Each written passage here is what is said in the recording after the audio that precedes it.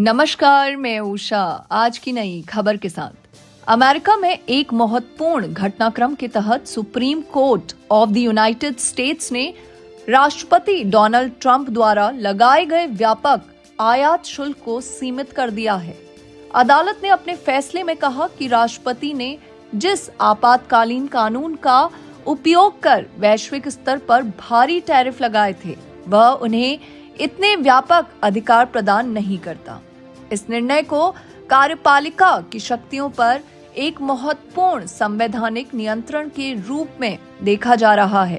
अदालत ने स्पष्ट किया कि टैरिफ लगाने का मूल अधिकार अमेरिकी संविधान के तहत यूनाइटेड स्टेट्स कांग्रेस के पास है।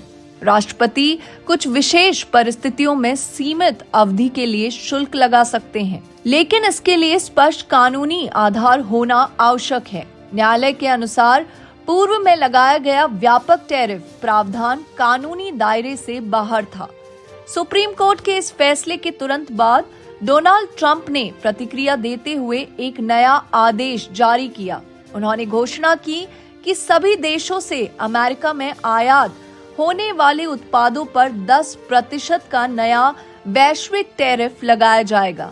यह नया शुल्क पहले से लागू टैरिफ के अतिरिक्त होगा और सीमित अवधि के लिए प्रभावी रहेगा।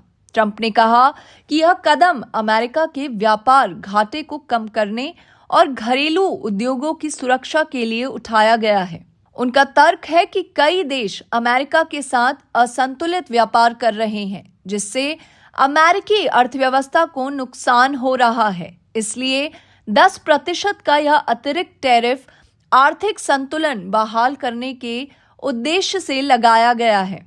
इस फैसले और नए टैरिफ की घोषणा का वैश्विक व्यापार पर व्यापक प्रभाव पड़ सकता है। भारत सहित कई देशों के निर्यात पर इसका असर देखने को मिल सकता है।